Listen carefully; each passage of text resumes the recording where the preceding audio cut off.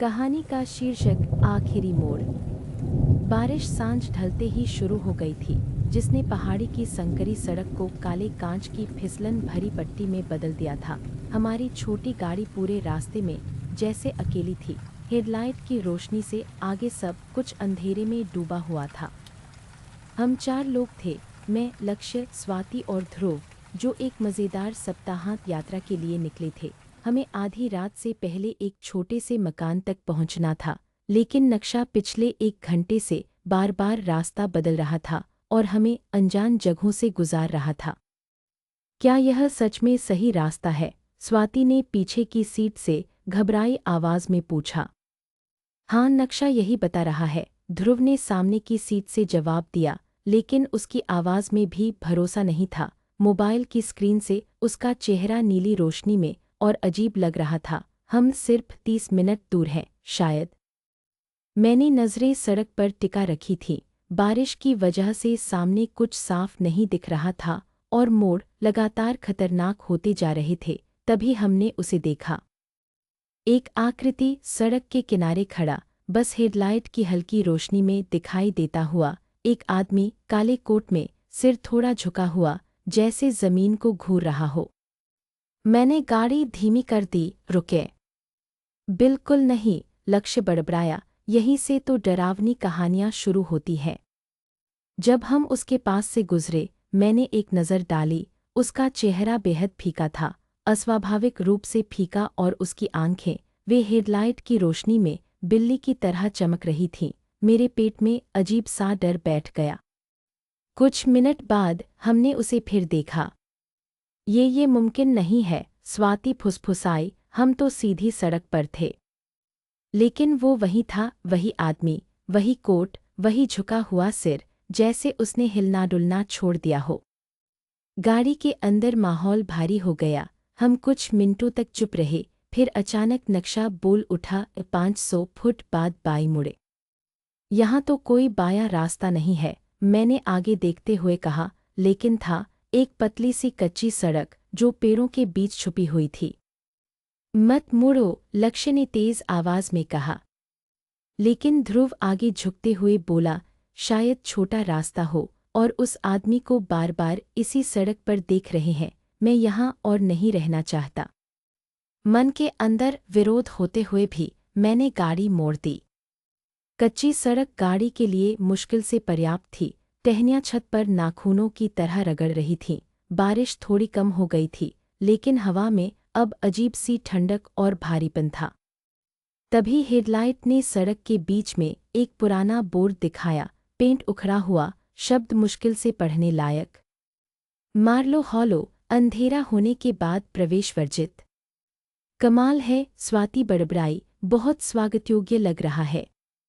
हम आगे बढ़ते रहे। नक्शा अब भी कह रहा था कि हम मकान के करीब पहुंच रहे हैं, लेकिन समय कुछ समझ नहीं आ रहा था। 30 मिनट, 32-35। फिर अचानक जब पेड़ थोड़े हटे और एक छोटा सा खाली मैदान दिखा, इंजन हिचकोले खाने लगा।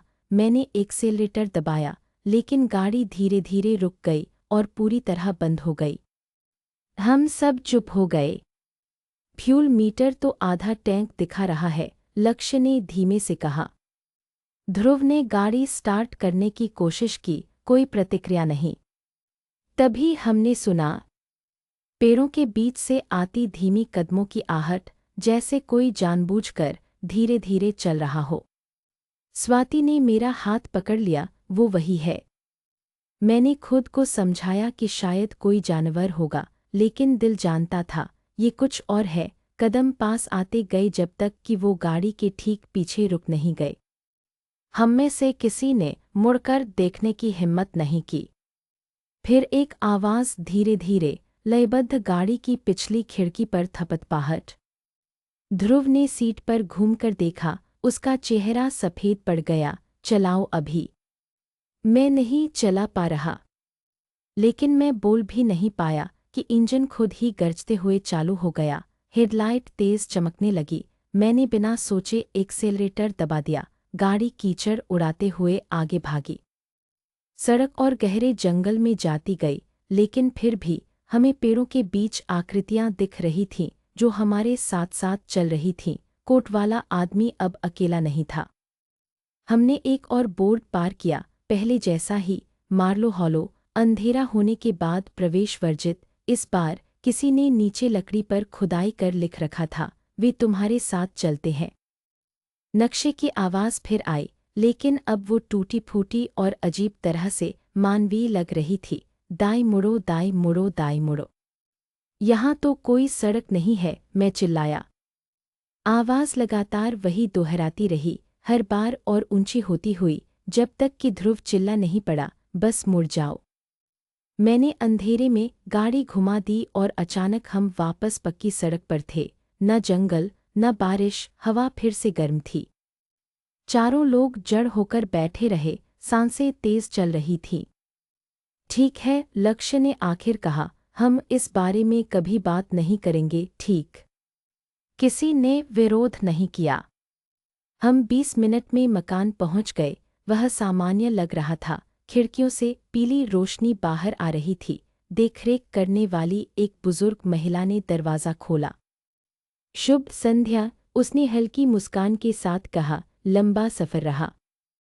हाँ, मैंने बनावटी हंसी के साथ कहा, हम थोड़ा रास्ता भटक गए थे। उसकी मुस्कान गायब हो गई। तुम लोग मार्लो हॉलो के रास्ते से तो नहीं आए? हम सब जम गए। मैंने किसी तरह कहा, क्यों? उसने एक एक करके हम सबकी ओर देखा। उसकी आंखों में अचानक उदासी उतर आई, क्योंकि जो लोग वहां से आते हैं वो सच में कभी वापस नहीं आते। हम कुछ बोल पाते उससे पहले ही खिड़की पर हल्की सी थपकी की आवाज़ आई। हम सबने एक साथ मुड़कर देखा। बाहर अंधेरे में 4 आकृतियां खड़ी थीं, एक काले कोट में, सिर झुका हुआ, और उनकी आंखें रोशनी में दर्पण की तरह चमक रही थीं।